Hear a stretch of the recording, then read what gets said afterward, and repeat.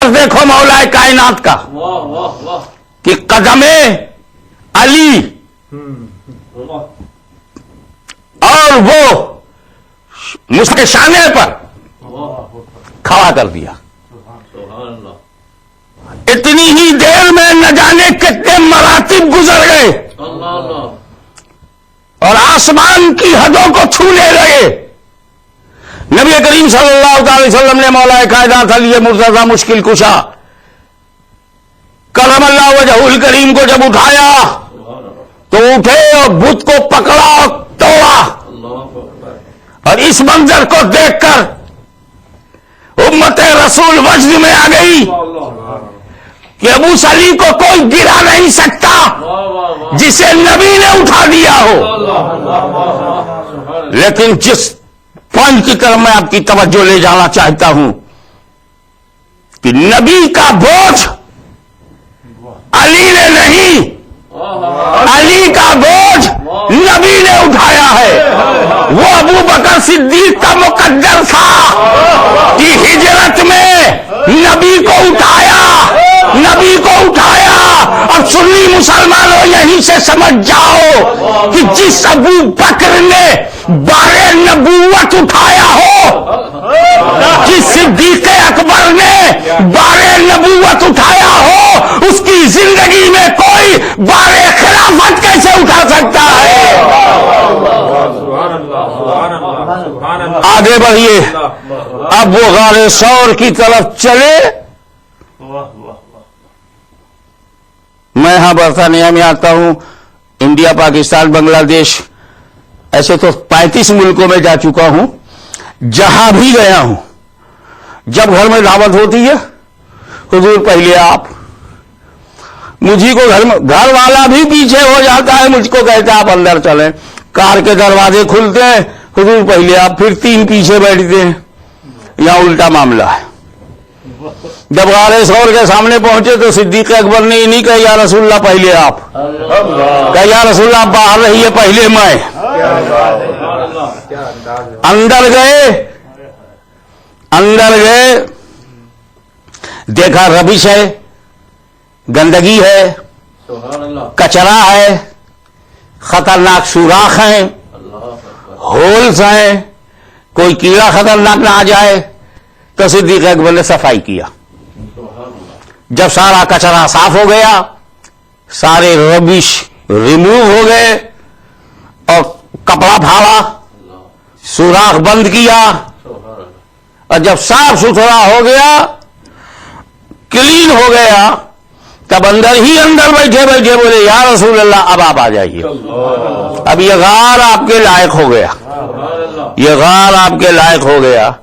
ارے یہی جو میں اردو جاننے والوں سے پوچھنا چاہتا ہوں کہ ایک معمولی سے غار میں بغیر ابو بکر صدیق کے نبی گئے نہیں، بغیر ابو بکر صدیق کے ایک معمولی سے غار میں بغیر صدیق کے گئے نہیں، تو مومن کے دل میں بغیر صدیق کے کیسے آئیں گے؟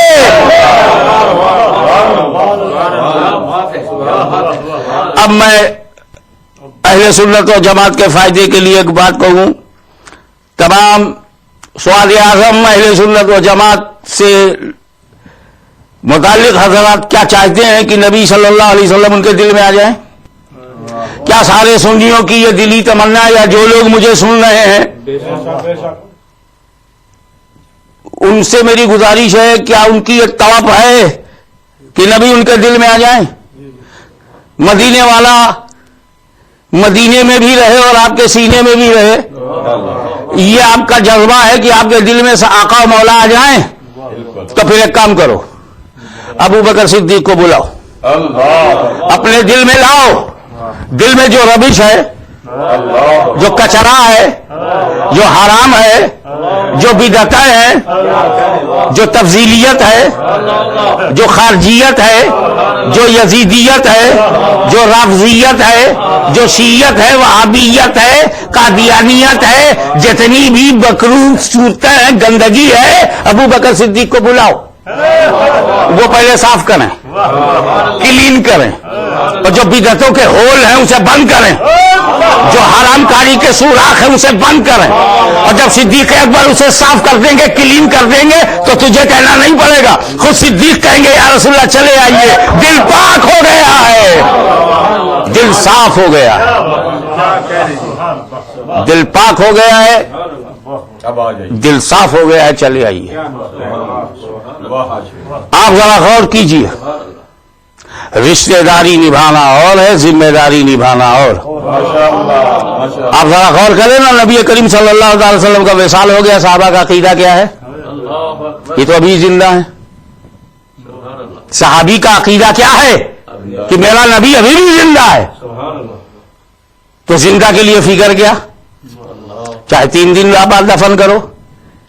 ان کی سنت ہے کہ جب انتقال ہو اور وہ ذائقۃ الموت کی منزل سے گزرے تو ایک نبی کی موت بھی تو آنی ہے، آن بھر کی ہے اور آن ہی کے آنی ہے، صرف آنی جانی ہے، آئے گی اور ختم، نبی زندہ ہے۔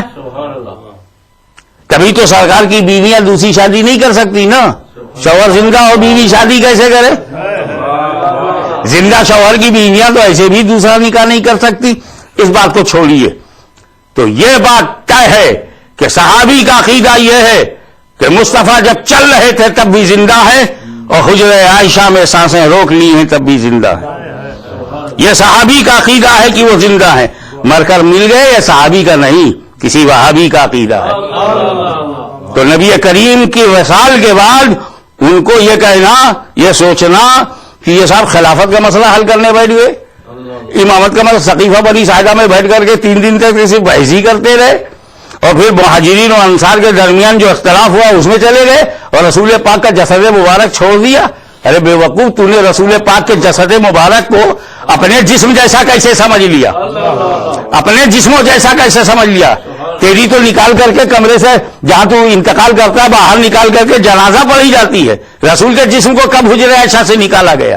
وہیں روح نکلی، وہیں لیٹے رہے، وہیں صلاۃ و سلام پیش کیا گیا، وہیں دفن کر دیا گیا۔ تم پیغمبر اور ہے، امتی اور ہے۔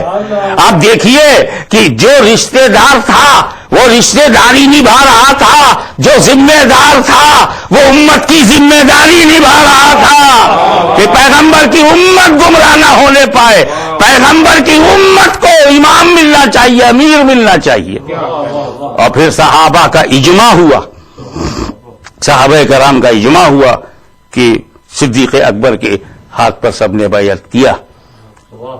صدیق اکبر کے بارے میں کم سے کم ہندوستان پاکستان کے سارے علماء 200 برس سے تو ایک ہی بات پڑھ رہے ہیں، جب جمعہ کا خطبہ دیا جاتا ہے تو ہمیشہ یہ کہا جاتا ہے جب وہ آتا ہے وَعَلَىٰ عِبَادِ اللَّهِ الصَّالِحِينَ خصوصاً عَلَىٰ فَضْلِ الْبَشَرِ بَعْدَ الْأَنْبِيَاءِ بِالتَّحْقِيق امیر المومنین سیدنا الامام ابی بکر صدیق رضی اللہ تعالیٰ۔ پورا بچپن افضل البشر بعد الانبیاء کہنے میں گزرا، پوری جوانی افضل البشر بعد الانبیاء کہنے میں گزری، مدرسے میں 12 سال افضل البشر بعد الانبیاء کہنے میں گزری۔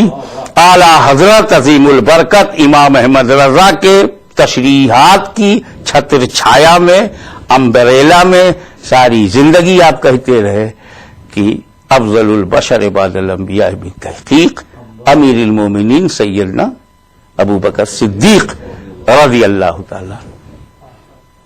اب ذرا غور فرمائیے، حضرت موسیٰ علیہ السلام کہ قوم جب خوفزدہ ہوئی، ڈری، تو انہوں نے صرف یہ کہا تھا ان اللہ معی، سمجھا رہے ہیں قوم کو اور دعویٰ کر رہے ہیں اللہ میرے ساتھ ہے، بے شک اللہ میرے ساتھ، مئی یہ واحد کے لیے، اور معانا یہ تسنیہ ہے۔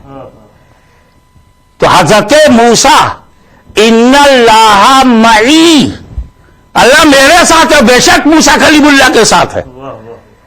تو حضرت موسیٰ کو پتا تھا کہ میری قوم ایسی قوم ہے کہ ساری قوم کے ساتھ تو ہے نہیں، تو جس کے ساتھ پکا ہے اسی کا نام لیا اور وہ ذات پاک کلیم ہے کہ اللہ ان کے ساتھ بلا شبہ ہے.